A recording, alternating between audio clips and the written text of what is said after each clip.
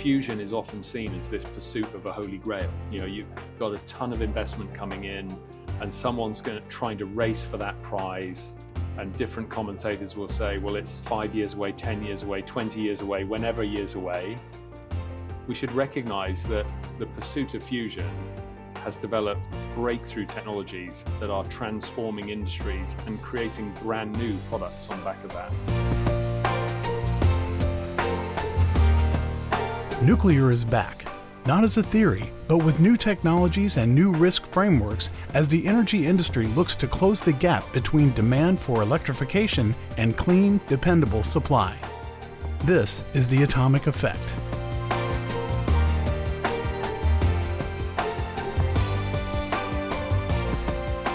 Thanks for joining our podcast today. I'm your host, Kate Fowler, Global Head of Nuclear at Willis Towers Watson, helping developers, operators, and investors navigate and mitigate the long-term risk of fusion and nuclear energy life cycles.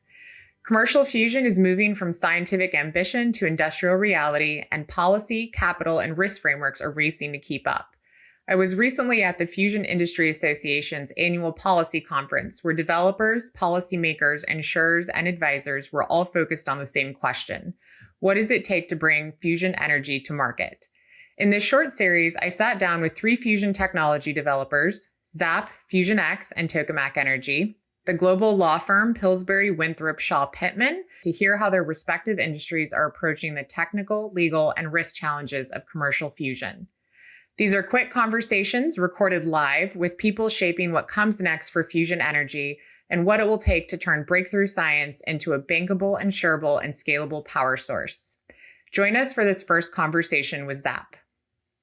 I'm here with Benjamin Levitt, Vice President of Research and Development with Zap Energy. Can you briefly just tell me about Zap Energy and what you guys are doing? Absolutely. So Zap Energy is a private fusion company. We're based out of Seattle.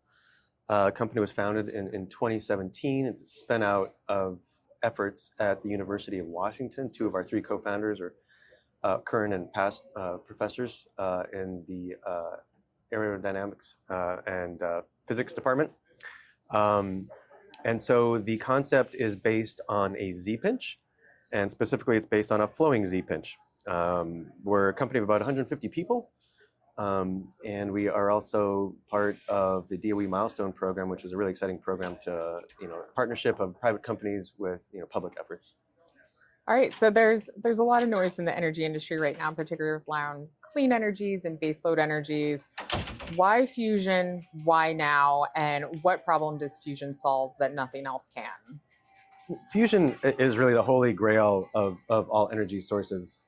It's clean, carbon-free. There's no long-term radioactive waste. It is higher energy density by anything else, including fission. And so it ticks, all the boxes you want in an energy source, it ticks. It's also, the fueling is abundant. It uses isotopes of hydrogen, which are the most abundant element in the universe. So it doesn't use things underground that we have to mine in certain countries that have it and don't have it. And that also accounts for fission as well. It doesn't use uranium that needs to be enriched and is also dual use for weapons. So it doesn't have any of that stuff. And so really, it is the ultimate energy source. And so that's the why. So, and for those kind of not in the tech space, you said there's an abundance of hydrogen. Where does that come from? Where are you getting your hydrogen fuel for the technology? The hydrogen that is used in most, but not all fusion concepts is 2 isotopes. So isotopes are, heavier cousins of hydrogen. They have one extra neutron in their nucleus. One is deuterium and one is tritium. Deuterium exists in seawater abundantly, and so you can get deuterium on planet Earth, enough to power fusion power plants for on the order of 1 billion years, long enough that we can make future plans. Tritium is a little bit trickier. It actually has to be bred through reactions that happen inside the fusion power plant. And so what you do a process which is called bootstrapping. You can start your operations with deuterium, and you have a breeding process within the power plant that breeds tritium. And so those are your 2 sources of deuterium and tritium. So it sounds like we've got the fuel figured out, but I'm sure you've heard this as a reputation in the fusion industry that it's always 10 to 20 years away from commercialization. What has changed in the last 12 months with Zap or just the industry that's proving that that timeline for actual technology deployment is much quicker than what people may think it is? So the myth or the reality that fusion has been 30 years away, it's hard to argue against that. We're here we are. We've been working on fusion since right after the Manhattan Project in the 1950s, and so nearly 80 years on, we're still working on it. But let's keep in mind that that effort has been start and stop, and never actually been that well funded. So fusion efforts haven't been that big.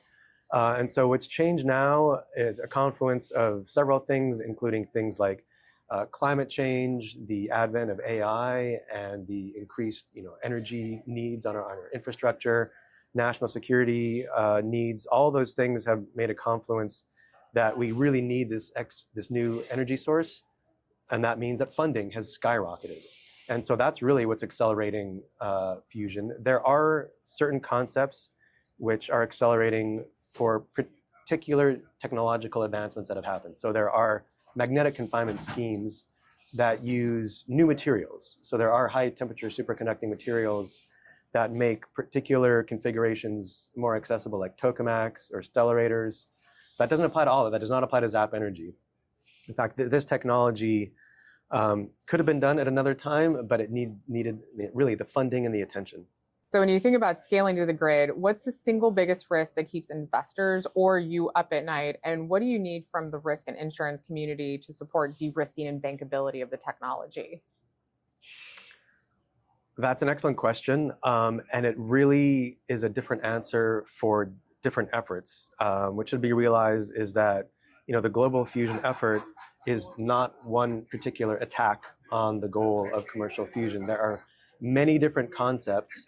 Each one is a different star in a jar. Each one is a different jar for getting terrestrial fusion to work. And so ones that are based on particular technologies will have a certain risk from the insurance point of view. Will a tokamak undergo instabilities that destroy the vessel, for example? For us, we have more physics risk. And if you can put to bed that physics risk, then the engineering risk is actually quite low from the insurance point of view. And then there's other concepts such as laser-based concepts. So the answer is maybe a little bit unsatisfying, but it's a distributed answer, and each approach has different needs and different risks that come along with it. So what about things like decommissioning or some of the early finance risks for startups, surety and things that may be difficult if you don't have the strength of a balance sheet of a company that's been around for 50 years? Decommissioning is a good question. That's part of the reason why Zap operates pure deuterium right now. So adding tritium is really where you add in not the long-lived radioactive isotopes that you get in fission, but more like short and medium term on the order of like tens of years up to 100 years. So there is a short-term radioactive issue, and that comes into play when you're doing a decommissioning. We want to operate deuterium for as long as possible, including getting to like a break-even, what's called scientific break-even, using deuterium fuel. The plan ultimately for a power plant is to use deuterium and tritium, but do not introduce tritium until you are absolutely ready for that. And so the risk has been burned down on the technology. And so, the equation or the risk equation that would be from the insurance point of view is well defined at that point. Awesome. Well, thank you so much for your time. I appreciate it. Cool. Next, I spoke with FusionX. All right, I am here with Stuart Allen, CEO of FusionX. It's nice to have you, Stuart. Thank you. Can you tell me a little bit about FusionX and what you guys are working on right now? Yeah, sure. So FusionX was founded 5 years ago primarily to seek to connect fusion startups and capital providers. We were conscious of the fact that the capital needs of fusion were going to accelerate very rapidly, and to that date, it had largely been financed by VCs that probably didn't have pockets deep enough to fund the full pathway to commercialization. But you don't have to look at issues around investing and financing fusion to realize that you need to look at an awful lot more risks and the retirement of those risks, because retirement risk makes things more fundable, and there's a process along the path to commercialization of risk retirement. So that's probably a good lead into my first question. So with everything going on in the energy sector right now, energy security, the need for more energy with electrification, what why fusion? Why now? And what problems does fusion solve that nothing else in the space really can right now?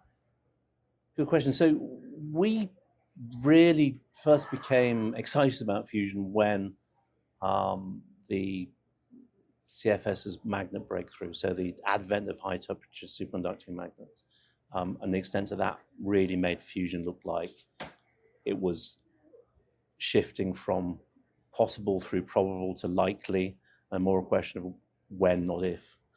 I think the prospect of fusion delivering clean, always-on baseload power is compelling. We need to retire an awful lot of coal, certainly, gas probably, energy around the world, while at the same time increasing the output of energy to support AI and electrification, all of these things you said. So in the long term, fusion has a very important place in the energy mix. So, a lot of what you said, I'm hearing the same conversation on the small modular reactor side of the world. What is the differentiator of fusion versus SMRs, for those who aren't necessarily super familiar with the technological side of things? Well, small modular reactor, as the name suggests, is a fission reactor, and it has all of the advantages and disadvantages of nuclear fission, which are disadvantages of which are not shared by nuclear fusion. So, no long-lived nuclear waste. The default state is to stopping, not keeping going. So it's no risk of uncontrolled reactions and so forth. That's not to say that fusion doesn't have any of those attributes. There is nuclear waste. It's not long-lived. It's far less problematic. Clearly, a fusion power station will be an industrial facility. There will be some hazards. You will put a fence around it. You won't want children poking it with pointy sticks. But it's hazardous in the same way that a LNG plant is hazardous, or a petrochemical plant is hazardous. So everything has risk, just different risk profile than what we see with the fission industry. A markedly more benign risk profile, but risk nonetheless. All right, so fusion has had a reputation for always being 10, 20, 30 years away. What has your company or the industry altogether done in the last 12 months or so that prove that timeline is actually changing, in addition to what you talked about already with the high temperature superconductors? Are there other things that are helping move that forward? Yeah, there's the magnet breakthrough, there's the Lawrence Livermore breakthrough in the laser side, there's advancements down a variety of pathways to commercially viable fusion, and the pace of advancement and the funding to support further advancement is growing all the time. So there's a momentum now, and a growing momentum, an acceleration in progress, which suggests that this will happen, not on that never 30 years away horizon. That's not to say there's certainty about when it will happen, but optimists, hyper optimists would say in 2028. Anyone who's saying 2045 is pessimistic. So consensus sometime in the mid-30s. And the realist sits somewhere in the middle. Yeah. Talking about the investment in it, so thinking about scaling to the grid, what's the single biggest risk that keeps investors or you up at night? And what do you need from the risk and insurance community to support de-risking of the assets and to kind of expedite that path to commercialization? I think that, the first thing is the realization, acceptance that the risk profiles of fusion plants are markedly different from those of fission, more akin, as I said, to some other more standard form industrial facility, and some understanding of those things so that the risk can be priced appropriately. I think the biggest risk is probably less insurable, apart from unless you do credit enhancement products and so forth, is the financing of these things, because the first of a kind is going to be expensive, and there will be a pretty steep learning curve. So I'm confident within reasonably short order they will be markedly less expensive, but the first of a kind will be expensive. Yeah, it's that magical nth of a kind that everybody Yes, talks exactly. about Where, across we- the where, board. what's the number that replaces the n? Is it 2 or 6 or 15? So, and maybe a little bit of a provocative question, but for, people that are looking at fusion versus fission, fusion has all of these benefits over fission technology with respect to waste and the risk of meltdown and things like that. Do you think that fusion is going to replace fission in the future, or do you think there is room for both of those industries to continue to grow? Fusion replaces fission in the future, possibly not in our lifetimes. I mean, the first thing that needs to be, well, as we observed, we need to be meeting growing needs for electrical demand, and there are far more malign sources of electricity generation than nuclear fission. So coal needs to go first globally, and then we can advance from there. All right. Those are the only questions I had. Was there anything else you wanted to add? No, it's been great. Thanks right. for taking the time. Thank you so much. I appreciate it. And our last conversation with developers is with Tokamak Energy. I am here with Warwick Matthews, CEO of Tokamak Energy. Can you just give me a brief explanation of what Tokamak Energy is and what you guys are working on right now? Sure. So we are, amongst the fusion companies, quite an old fusion company. We're 17 years old. So we originally spun out of the UK's National Lab. Our founders wanted to really drive forward a specific fusion device called a spherical tokamak. People know a conventional tokamak as the donut-shaped device that holds a mini star in a magnetic cage. A spherical one is just sort of squished into a ball rather than donut. It's more like a chord apple shape. So the founders wanted to commercialize that and advance the technology in a ST. And we've taken that to a level where we have a very, very high-performing device on our site called ST40. It's a world record-breaking device for a private company.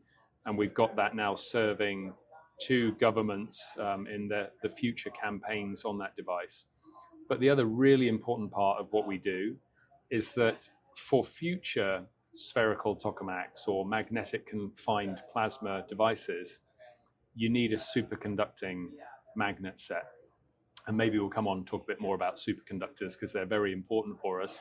But effectively, you are creating that magnetic field, but with a material that has 0 electrical resistance. So it can be on all of the time, and it can maintain very strong magnetic fields to confine plasma. And we have over a decade of working in what we call HTS, high temperature superconducting systems. We've generated over 400 patents in that. We've got a very strong team. And an important thing we're doing now is taking all that technology to serve the broader fusion market as a design and make supplier, but also lots of other applications that rely on magnets. So I spoke with someone earlier today, and they actually said that the breakthroughs in HTS in the industry have taken fusion from possible to probable to likely. Yeah.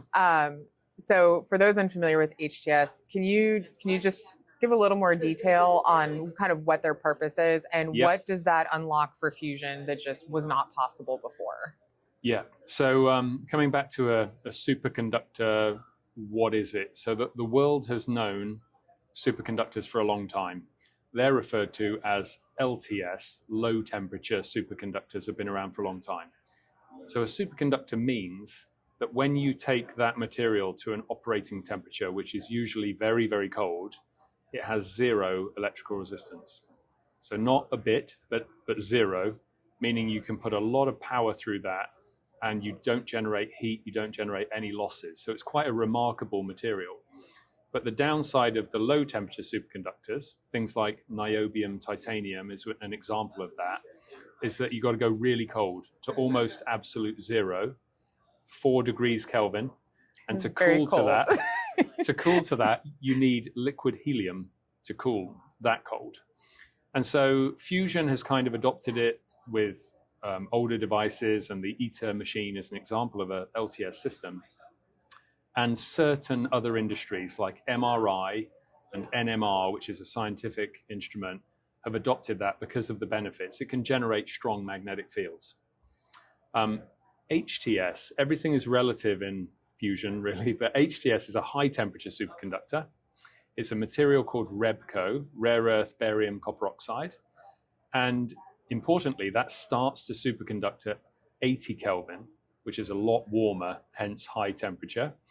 And if you take it down to low temperatures of about 20, 30 Kelvin, you can generate very, very, very strong magnetic fields like 80, 90, 100 Tesla, incredibly strong and way beyond what fusion needs. So you don't need liquid helium to cool that material. You can cool it with off-the-shelf cryocoolers or liquid nitrogen, which is readily available. And it's much more accessible and it generates much stronger fields. How you would buy that superconductor is in what we call HTS tape. And if I was looking at a piece of that, you would think that looks like a copper piece of ribbon. It's about 70 microns thick, the ribbon, but within it, the superconductor is only 2 microns. So imagine 2% of a human hair, and imagine that thin layer can carry 4,000 amps of current with no losses.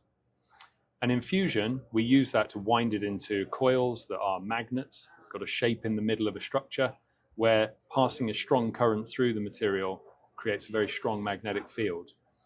But we've also been able to start commercializing this into a range of other applications, both for very strong magnets for science or motors or defense applications, but most recently using it for power distribution. No magnet, just very, very efficient way to move power. And the lead market for that is next generation data centers. You've actually answered all my questions that I had already. Right. Because I was going to ask you about the breakthrough and kind of where did that extend past fusion. So you said you're manufacturing right now. Are you manufacturing at scale, or is that, with all the things that it can do, is the demand for that increasing, and to be, commercially viable, you're going to need to continue to expand? I guess, where are you in that production process? Yeah, so that's a good question. And it sort of brings about what's the supply chain question. We would describe where Tokamak Energy has got to now as like a full stack HTS product company. Full stack means for us, from product design through to prototypes, through to manufacturing and integration into a full system. Importantly, we don't make the tape. The superconductor embedded in a tape is made by a growing number of companies around the world. And we decided not to make that because we see it's not really our core skill set. And also scaling that will drive down the cost and drive up the quality. And we want a supply chain to be in the doing the job of scaling it. Where we play is everything above that. We take the tape, we make it into very, very high field magnets, very robust magnet systems. And we added a company to our portfolio last year. We bought a company called Ridgeway Machines, who are in the UK, and they make very big machines that can wind this material into specific designs of cables or magnets. And we bought them so we could scale up more rapidly. So we are taking investment coming into our company, really dialing it into the HTS products and scaling that up, starting in the UK, but with plans to expand into Japan and into the US. So your magnets that you're creating, your HTS magnets, are those being used for other fusion technologies? Other developers are using yours? So yeah. I think that's a little bit unique in the industry, that I think in fusion, I see people seem to be a little bit more collaborative. It seems like you all want to succeed together. It's, I guess you come from a more competitive industry, I think, where you used to be. So what is that like, having kind of this burgeoning industry that's starting to grow and have events like this where they are a little bit more collaborative? Yeah, I think it's just this industry is maturing and it's establishing the supply chain setup. Because, a playbook that says, if you want to build a fusion device, well, first you better build a factory, and then you better fill it full of really expensive machines, and then you better recruit a workforce to make the thing that you actually want, which is a magnet or a cable, which is a small part of the system of this big machine that you're trying to build. Now, if that is a jet engine, which is my background at Rolls-Royce Aerospace, I controlled a global supply chain. Rolls-Royce didn't make everything. It chose a few things where it had specific core IP, or it was critical to the functioning of the machine. But we also had a very developed design and make supply chain. Rolls-Royce or GE don't make the fuel system for their engine. They don't make the pneumatic system. They would go to a company like Parker, for example. And I think that's what Fusion is finding its footing on, of you want integrator companies that are building power plants and they're integrating different parts of that system. And the magnet system is going to become a design and make part of the system. And by doing that, we can make them go quicker. We can develop more mature technology for them, and they don't have to make all the capital investment of trying to do everything themselves. So it makes sense, it's logical, but it's a brand new industry and it's sort of finding its way. So my background has been more so on the fission side of the industry, and obviously with SMRs, there's a lot of talk about supply chain and not just things like uranium and equipment, but also human resources. I guess, do you see the fusion industry doing better in that space right now? Do you have the massive concerns with supply chain for things like magnets and human resources, or is it pretty comparable to what the fission industry is seeing? Probably quite comparable. And on the supply chain side, there are some specific areas that we've really got to grow capacity. And back to the high temperature superconducting tape, that's one of those. There are established players, but demand outstrips supply, and it will just continue to do that in the future. So we need, at a country level, countries like the US, like the UK, like Japan, to be really ramping up supply of the HTS material. China is doing that. China is commoditizing it, and they're racing, and that's good. But for the market, it drives the cost down, but not good from a geopolitical risk point of view. And then on people, I think it's another good argument to not have every company trying to do everything themselves, because you end up fighting for exactly the same talent pools, and all you do is drive up your cost base by people getting more and more expensive.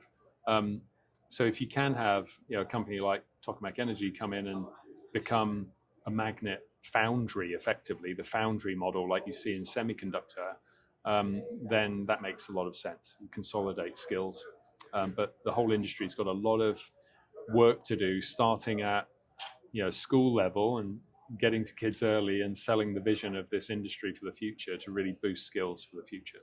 Is there anything else you wanted to add? I don't think. Well, maybe one point. I think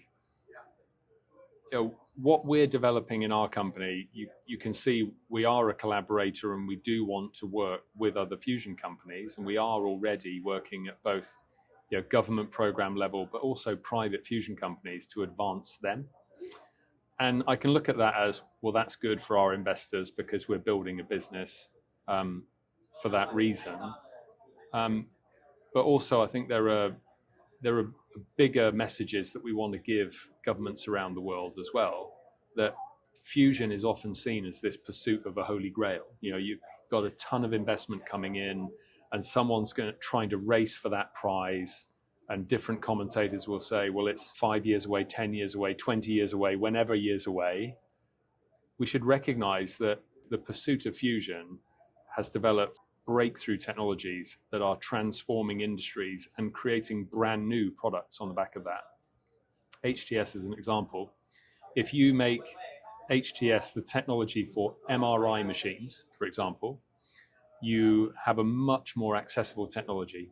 That cooling challenge and everything else of a low temperature superconducting system that exists today, you democratize that. Oh, and by doing that, you open up MRI to 6 billion people on the planet who don't have it today, which is a virtuous goal and is a huge business opportunity. And it's not just one example of that. We're creating very, very important critical defense technology with these superconductors as well. So I think I'd just like to recognize that message. It's important for investors, governments alike, that a little bit like the space race, it threw off incredible technologies, and fusion is doing the same. That's amazing. So it's not just about energy production. It's it's health. I mean, similar to the fission industry right now, using medical isotopes and things like that. So Exactly, I was not aware that the fusion industry was tracking in that direction as well, to, Yeah. from a humanitarian standpoint. So you have fusion and fission helping cure cancers and treat patients. It's all coming from this pursuit of this goal. That's amazing. Well, thank you so much for your time today. I appreciate you. it. Thank you. Next, I spoke with the law firm Pillsbury, Winthrop, Shaw, Pittman. All right, I'm here with Sid Fowler, a partner at Pillsbury, Winthrop, Shaw, Pittman. Thanks for joining me today. No, thanks for having me. I'm really excited to be here. All right, so first question, and I've asked a few others this, why fusion, why now? When I think about fusion, I think one thing that I really like and that makes it very exciting for me is the long time horizons that come with it. I mean, absent some sort of new breakthrough in our understanding of physics, fusion is the most energy-dense power source we can think of. It's really the most efficient energy technology I think we could build. So if we're able to commercialize it, or when we commercialize it, it's not a transitional technology. So many things are technology for this generation or technology for now. Fusion is something that could sit at the center of our global energy system for hundreds of years or millennia even. I mean, I think it's really reasonable to think that our descendants thousands of years from now will be using fusion to power their worlds. And so I think that's what's exciting about being a part of this moment. We really stand on the cusp, I think, of seeing if we're able to get there with the technology. And that's also what makes it so consequential to pay attention to the frameworks, the legal and the insurance and the risk frameworks, because those help structure the ability of the developers to actually make this technology succeed. So with all this potential on the horizon, how is policy and the regulatory landscape actually evolving as the fusion sector evolves also? So I think that's another thing that, for me as an attorney in this sector is really exciting right now. So over the past several years, we've moved from debate over how we're going to regulate the technology to decision by the NRC and by Congress in the Advance Act of how they want to regulate it. And now we're seeing implementation. So, starting in about 2020, 2021, there's begin a big debate, or really more a series of ongoing conversations with the NRC about how the technology should be regulated. That culminated in 2023 when the commission voted unanimously to regulate fusion under the Part 30 framework, so regulating it as a materials facility like a particle accelerator rather than a fission machine like a nuclear power plant.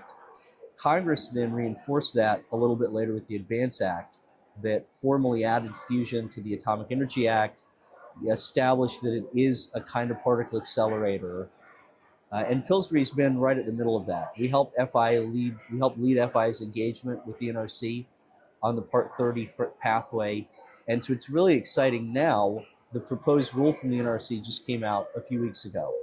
So now we're seeing the actual rule, the actual guidance, and so we're seeing the licensing architecture take shape, and we're able to get a sense of exactly how the technology will be regulated at kind of the granular level.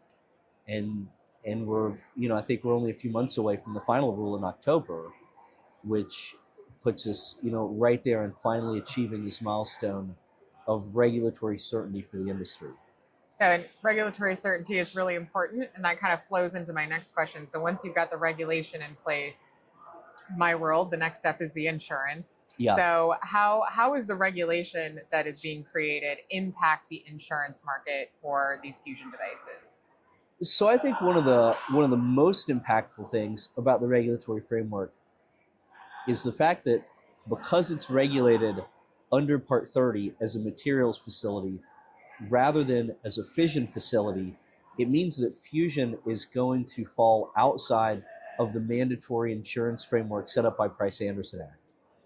So, as I'm sure you know, Price-Anderson Act, it applies to fission plants over a certain size. It requires them, and the NRC requires them to carry mandatory insurance at certain levels, despite the sort of individual makeup of the facility and participate in the risk pool. There's a very limited insurance market for that as well. So instead, because it's regulated under Part 30, it means there's not that mandatory Price-Anderson Act financial protection regime. I think that's going to make the insurance market more dynamic. It's going to mean that insurance is going to be targeted more to the specific facility and the specific facility risk, rather than a mandated kind of one-size-fits-all framework that's applied to every facility. More risk-informed rather than cookie cutter that I would Exactly. say we kind of see right now. Yeah, and that's what Pillsbury's been saying from the get-go on behalf of FIA and the industry, is we need a risk-informed framework that's able to accommodate a potentially really wide range of technologies coming out of the fusion sector. I mean, these people are developing amazing technologies, but that have a lot of different confinement pathways, different fuel types, and as a result, I think that's one reason that this flexibility is needed on the regulatory side, and that's also why I would imagine we're going to see a lot of flexibility and sort of bespoke arrangements on the insurance side as well. Right. So what are some of the emerging legal issues that could actually shape the insurance and risk landscape in the sector right now? So I think one thing that may be in your radar is the current case pending before the Supreme Court. It's Cotter Court versus the United States. That's a case that has to do with the liability of Department of Energy under the Price-Anderson Act to provide indemnity to damages resulting from nuclear materials downstream of the initial DOE contract. And so, as I said earlier, fusion machines are going to fall out of the Price-Anderson Act mandatory insurance scheme, but damages that could occur from radioactive materials or byproduct materials like the tritium fuel, for example, related to a fusion machine would still fall under the broader Price-Anderson Act framework, for example, federal jurisdiction and things like that. And one aspect of that is the Department of Energy is able to provide indemnity to contractors working on DOE projects that involve radioactive materials. Cotter Corp, that case is going to decide how broad DOE's liability is. And so I think that's going to impact the risk, particularly to people further downstream of that initial contract, both on more so on the fission side, but to a potential degree on the fusion side if it's related to a DOE contract. That's really interesting. Yeah, one of my colleagues, MC Hammond, is following this really closely and has done a lot of work in this area. Yeah, well, maybe we'll have to get him on at a later date whenever he can talk about everything. Yeah. All right. So that's it for me. Do you have anything else that you want to add? So I think my basic message to the insurance market is that fusion. You always hear this saying that people joke, oh, it's always 20 years away. But I think that's no longer true. I don't think fusion is too early to matter. I don't think it's too far away to not be paying attention to it right now. We've seen, for example, here at FI's amazing conference, 450 people with a sold-out crowd. Just a few years ago, it was 100 people. It's growing really rapidly. Investment is growing really rapidly. The technology is maturing. The legal framework is rapidly taking shape. And so I think we're going to see, competitive advantages from people surrounding the industry come from understanding fusion as its own risk class, as its own technology, understanding the nuances between facilities and approaches.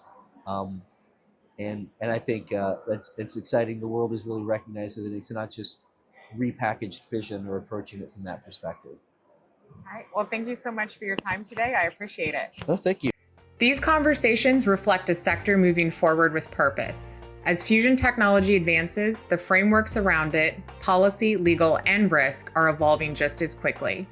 Together, they point to a future where fusion energy is not just possible, but achievable. Thank you to all of our guests, and thank you for joining us today on The Atomic Effect. Thank you for joining us for this WTW podcast featuring the latest perspectives on the intersection of people, capital, and risk. For more information, visit the Insights section of WTWCO.com. This podcast is for general discussion and/or information only, is not intended to be relied upon, and action based on or in connection with anything contained herein should not be taken without first obtaining specific advice from a suitably qualified professional.